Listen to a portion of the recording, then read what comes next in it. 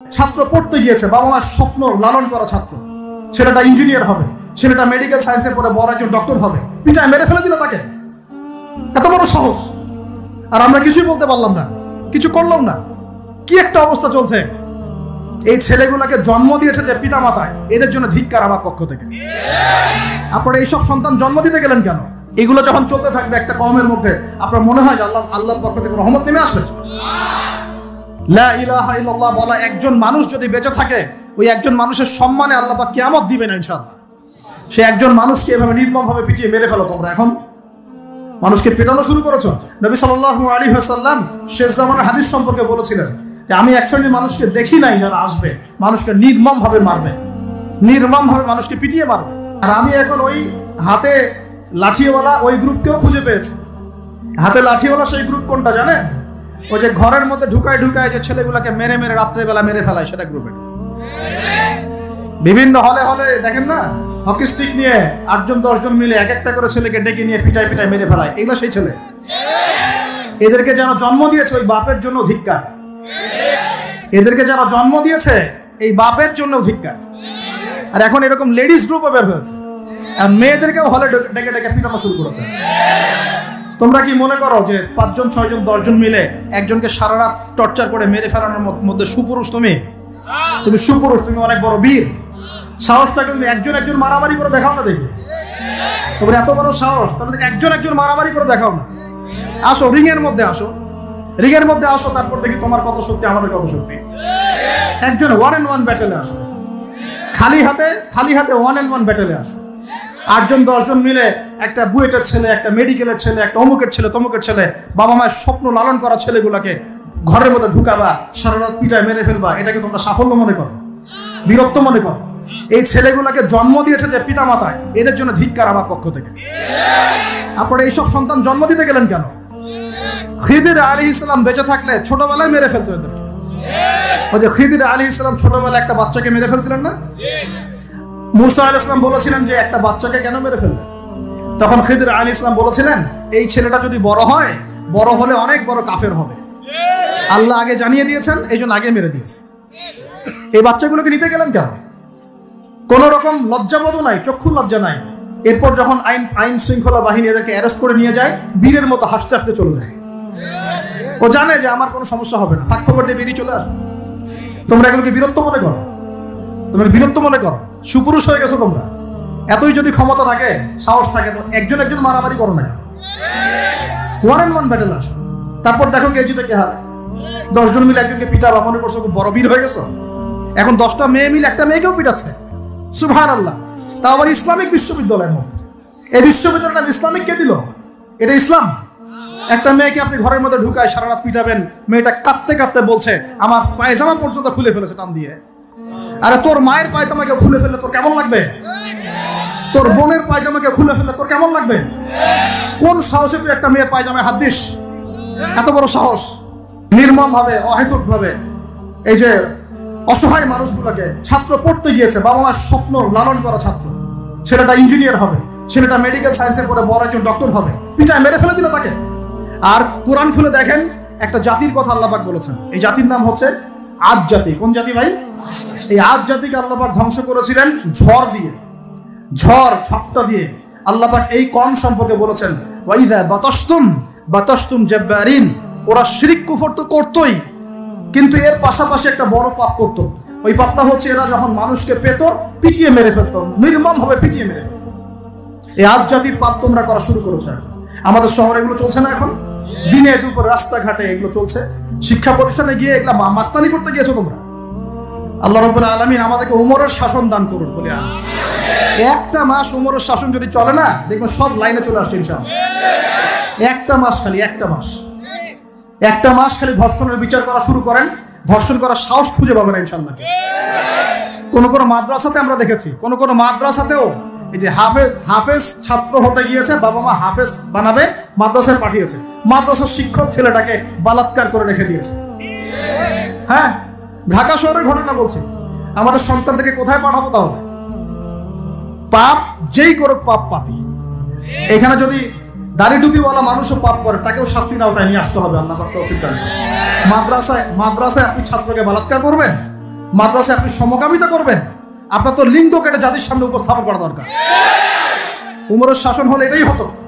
উমরের শাসন হলে আল্লাহর কসম করে বলছে এগুলোই হতো।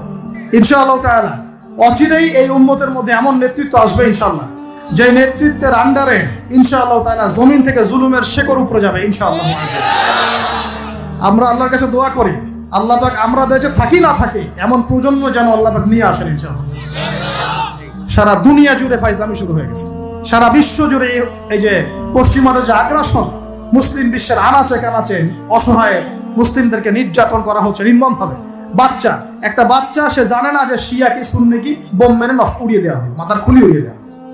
একটা বাচ্চা, একটা মা জানে না শিয়াইজম কি সুন্নিজম কি, মিসাইল মেরে বোম মেরে হত্যা করে দেওয়া হয়। ফাইজলামি শুরু হয়েছে, সারা বিশ্ব জুড়ে এগুলোই চলতেছে। সারা বিশ্ব জুড়ে মিডিয়ার মধ্য দিয়ে মুসলিমদেরকে আজকে সন্ত্রাসী বানানো হয়ে গেছে। সারা বিশ্বের রক্তও ঝরবে আমাদের, আবার আমাদেরকেও সবাই সন্ত্রাসী বলে বেড়াবে। নাটক শুরু করেছে, নাটক। সারা বিশ্ব জুড়ে সবচেয়ে শান্তিকামী মানুষ কারা? আমরা, অন্য কেউ আছে? সারা বিশ্বের মানুষের, নিরীহ মানুষের রক্ত কাদের হাতে লেগে আছে? আমাদের হাতে। আমরা ইরাকে মানুষ হত্যা করেছি? আমরা আফগানিস্তানে মানুষ হত্যা করেছি? আমরা উইঘুরদেরকে হত্যা করেছি? আমরা রোহিঙ্গাদেরকে হত্যা করেছি? আমরা বিগত 12, 14, 15 বছর ধরে সিরিয়াতে বাচ্চাদেরকে হত্যা করেছি? বিগত প্রায় 70 বছর থেকে প্যালেস্টাইনে আমরা মানুষকে হত্যা করেছি? আমরা কি এই যে লেবানন, জর্ডান এই জায়গাগুলোতে মানুষকে আমরা মারছি? তাহলে সারা বিশ্বে আমাদেরকে আজকে সন্ত্রাসী কেন বলা হবে? কি কারণে বলা হবে? আর আমরা কেউ কোনো কথাও বলি না, মন থেকে ঘৃণাও করি না। এই কথাগুলো বলবেন কারা? বলবেন তো আলেম ওলামারা। এখন যদি আমরা এই ওয়াজ মাহফিলের স্টেজগুলোকে সার্কাসের মঞ্চ বানিয়ে ফেলি, এই আমানতের হক কে আদায় করবে? কে আদায় করবে? আল্লাহ পাক আমাদের সবাইকে বোঝার তৌফিক দান করুন। আমরা আশা করি ইনশাআল্লাহ তাআলা আমাদের উপরে যারা আছেন তাদের বোধোদয় হবে ইনশাআল্লাহ তাআলা। আমরা কারো শত্রু নই, ইসলাম কারো শত্রু নয়, কারো খারাপ চায় না। ইসলাম চায় সমাজে ন্যায় প্রতিষ্ঠা হোক, এবং ন্যায়টা যে কারো হাত দিয়ে প্রতিষ্ঠা হোক, কোনো সমস্যা নাই। এক্স ওয়াই জেড যেই হোক না কেন, যার হাতে ন্যায় প্রতিষ্ঠা হবে আমরা তার জন্য দোয়া করবো ইনশাআল্লাহ। আর যে অন্যায়কে প্রশ্রয় দিবে, প্রতিষ্ঠা করবে, আমরা তার ধ্বংসের জন্য আল্লাহর কাছে দোয়া করবো ইনশাআল্লাহ। আর আল্লাহ পাকের গজব যখন নেমে আসবে কেউ ঠেকাতে পারবে না ইনশাআল্লাহ। আমি বলে দিয়েছি প্রথমেই, সবকিছুর মালিক কে? সব ক্ষমতা কার হাতে? প্রিয় যুবক ভাইয়ের স্পেশালি আগামী দিনে ইসলামের পতাকা হাতে নিয়ে বিশ্বকে চ্যালেঞ্জ করার জন্য এখন থেকে প্রস্তুত হয়ে যান। একদিনের মাহফিল দিয়ে কিছু হবে না, একদিনের মাহফিল দিয়ে গরম বক্তব্য দিয়েও কিছু হবে না। আপনাদের সবাইকে কনস্ট্রাকটিভ কাজ করতে হবে। প্রত্যেক মুসলিম ভাইকে 5 ওয়াক্ত নামাজ আদায় করতে হবে, আল্লাহ পাক তৌফিক দান করুন। প্রত্যেক ভাইয়ের যাদের যাকাত ফরজ হয়েছে, যাকাত অবশ্যই দিতে হবে ইনশাআল্লাহ। বেশি বেশি দান সদকা করবেন। নিজের পরিবারের মধ্যে কোনোভাবেই অনইসলামিক কোনো সংস্কৃতি আসতে দিবেন না। নিজের পরিবারের মধ্যে পর্দা প্রতিষ্ঠা করবেন। কোনো অবস্থাতেই হারাম রিজিকের দিকে যাবেন না ইনশাআল্লাহ। আপনার সন্তান সন্ততিদেরকে ছোটবেলা থেকেই মুসলিম রূপে মানুষ করবেন, কোনো রকম অমুসলিম কালচারে বড় করবেন না। আপনার সন্তানদেরকে ছোটবেলায় কোরআন শেখাবেন, হাদিস শেখাবেন, আলেম ওলামা সোহবত দিবেন, হকপন্থী আলেম চিনবেন, তাদের কাছে সন্তানদেরকে পাঠাবেন ইনশাআল্লাহ। ইসলামকে নিয়ে ঠাট্টা বিদ্রুপ করবেন না, রং তামাশা করবেন না। এই যুগ সম্পর্কে সচেতন থাকবেন, কি হচ্ছে, কি চলছে, হাদিসে কি আছে, কোরআনে কি আছে, সামনে কি হতে পারে, সচেতনতা তৈরি করবেন। এই চলমান ফিতনাময় পরিবেশে নিজের ঈমান আমলকে এমনভাবে ধরে রাখবেন যেমন করে হাতের মধ্যে মানুষ আগুন ধরে রাখে, ঈমান ধরে রাখে। পরিবারের মধ্যে বেপরদামিকে স্থান দিবেন না। পরিবারের ছেলে কি করছে, মেয়ে কি করছে, আপনার আত্মীয় স্বজনের হক ঠিক আছে কিনা, প্রতিবেশীর হক ঠিক আছে কিনা, প্রতিটা বিষয় as a Muslim leader of the family আপনাকে এগুলো দেখতে হবে। আল্লাহ পাক তৌফিক দান করুন। এবং বেশি বেশি সামাজিক কিছু অ্যাসোসিয়েশন গড়ে তুলবেন যেগুলো সামাজিক অন্যায়গুলোকে প্রতিরোধ করবে ইনশাআল্লাহ। সামাজিকভাবে ন্যায় ছড়িয়ে দিবে, সামাজিকভাবে ইসলাম ছড়িয়ে দিবে ইনশাআল্লাহ তাআলা। শিক্ষা প্রতিষ্ঠান গড়ে তুলবেন যেখানে জেনারেল এবং ইসলামিক শিক্ষার সমন্বয় থাকবে, আলোকিত প্রজন্ম গড়ে উঠবে ইনশাআল্লাহ তাআলা। এরকম সমাজের অবস্থায় কি আল্লাহর আযাব আসবে না রহমত আসবে? এই হচ্ছে আমাদের সমাজের অবস্থা। এখন কতগুলো বলে শেষ করবো। প্রতি ঘরে ঘরে ব্যভিচার ঢুকে পড়েছে, ঘরে ঘরে ব্যভিচার, পরকিয়া ঢুকেছে, পরকিয়া। আর অর্থনৈতিক ক্ষেত্রে ঘরে ঘরে ঢুকেছে সুদ আর সুদ, ঘুষ ঢুকেছে ঘুষ, এদিকে সুদ ঢুকেছে, দুর্নীতি ঢুকেছে, অন্যের সম্পদ অন্যায়ভাবে হস্তক্ষেপ করার নোংরা সংস্কৃতি ঢুকে পড়েছে প্রত্যেক জায়গায় জায়গায়। আমাদের ইয়াং জেনারেশন নিজেদের ইতিহাস ভুলে গেছে যে আমরা কার উত্তরসূরি।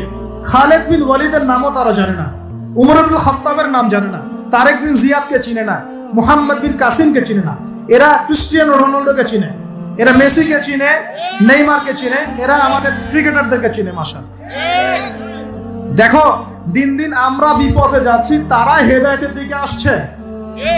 যারা এখন বিপদগামী ছিলেন আমরা মনে করতাম, তারাই এখন হেদায়েতের দিকে আসছেন। আর আমরা এখন মুসলিম ঘরে জন্মগ্রহণ করে নামাজ ছেড়ে দিচ্ছি, কুরআন পড়া ছেড়ে দিচ্ছি। এটা কি ধরনের কথা? আমার পরিবারের মা বোনরা কিভাবে বেপরদায় বাইরে যায়? আমার পরিবারের কর্তা আমি কেমন করে আমার পরিবারের স্ত্রী সন্তান মেয়েরা বাইরে বেপরদায় যাবে? কিভাবে যাবে? আমি তো পরিবারের কর্তা, আমি পরিবারের স্বামী, আমার স্ত্রী কেমন করে বেপরদায় বাইরে যাবে? আমার ছেলে কেন নামাজ পড়বে না? নামাজ না পড়ে সে ভাত খাবে কিভাবে? নামাজ না পড়ে আমার পরিবারে আমার ছেলে ভাত খাবে কিভাবে? আমার মেয়ে কেমন করে ভাত খাবে? অতএব পরিবারটাকে শক্ত করেন, হালাল খান, সামাজিকভাবে ইসলামটাকে এগিয়ে নেন, ইনশাআল্লাহ দেখবেন একদিন বড় পরিসরে ইসলাম কায়েম হয়ে যাবে।